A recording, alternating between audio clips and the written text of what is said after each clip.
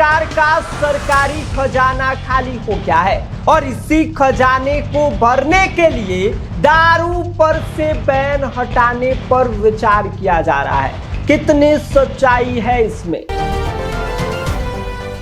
क्या बिहार में लागू शराबबंदी कानून को खत्म करने की तैयारी चल रही है? क्या बिहार में लगे दारू पर से बैन हटा दिया जाएगा? यह चर्चा इसलिए क्योंकि कहा यह जा रहा है कि बिहार सरकार का सरकारी खजाना खाली हो गया है और इसी खजाने को भरने के लिए दारू पर से बैन हटाने पर विचार किया जा रहा है। कितनी सच्चाई है इसमें?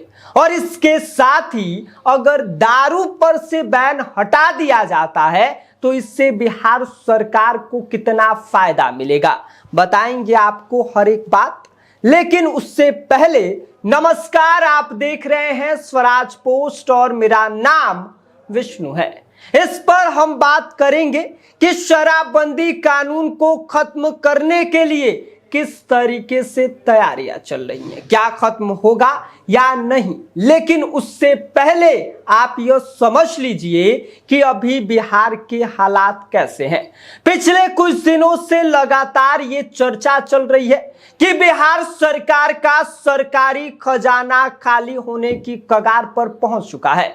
यहां तक कहा जा रहा है कि पैसों की कमी की वजह से कई बड़े विकास प्रोजेक्ट की रफ्तार धीमी पड़ गई है। हालांकि सरकार ने आधिकारिक तौर पर यह नहीं कहा है कि खजाना खाली हो गया है, लेकिन कमाई बढ़ाने की कोशिशें जरूर साफ दिखाई देने लगी है। इसकी सबसे बड़ी मिसाल हाल ही में लिया गया वो फैसला है जिसके तहत अब बिहार में सिर्फ नेशनल हाईवे पर नहीं बल्कि राज्य सरकार की सड़कों, बड़े पुलों और बाईपास पर भी टोल टैक्स वसूला जाएगा। यानी कि अब बिहार में सफर करने से पहले कई लोगों की जेबें ढीली हो सकती हैं। मुख्यमंत्री सम्राट चौधरी की अध्यक्षता में हुई कैबिनेट बैठक में पट उपयोगकर्ता शुल्क नियमावली 2026 को मंजूरी दे दी गई है। इसके तहत करीब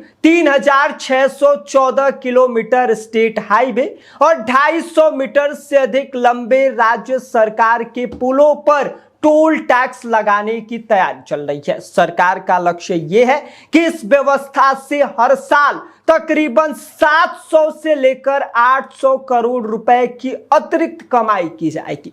यानी कि साफ है कि सरकार अब राजस्व बढ़ाने के लिए नए नए रास्ते तलाश रही है।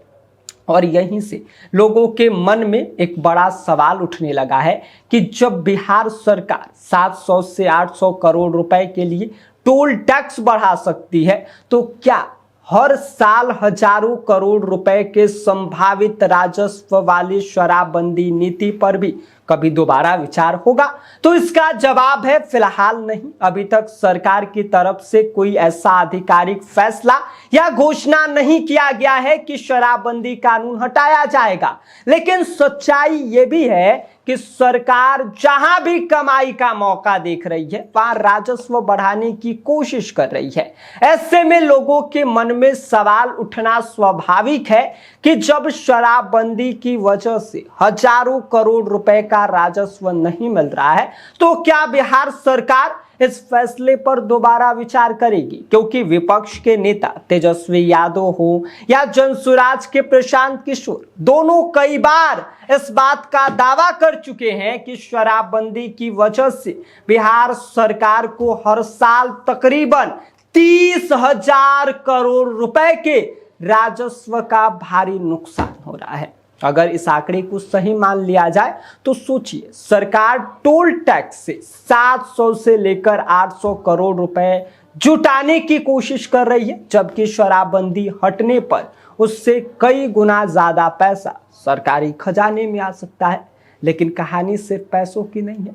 शराबबंदी कानून लागू करने के पीछे नीतीश कुमार का यह तर्क हमेशा से सामाजिक रहा है। पूर्व मुख्यमंत्री नीतीश कुमार या अभी के मुख्यमंत्री सम्राट चौधरी हर बार यही कहते हैं कि इससे लाखों परिवार बर्बाद होने से बचे हैं, घरेलू हिंसा में कमी आई है, महिलाओं की जिंदगी बेहतर हुई है। ये भी बात सच है। यही वजह है कि अभी तक सरकार ने शराबबंदी कानून हटाने का कोई साफ और स्पष्ट संकेत नहीं दिया है, लेकिन चर्चाओं का बाजार गर्म जरूर हो गया है। आपको क्या लगता है, शराबबंदी कानून को जो है वो हटा देना चाहिए या फिर लागू रखना ही सबसे बेहतर ऑप्शन होगा?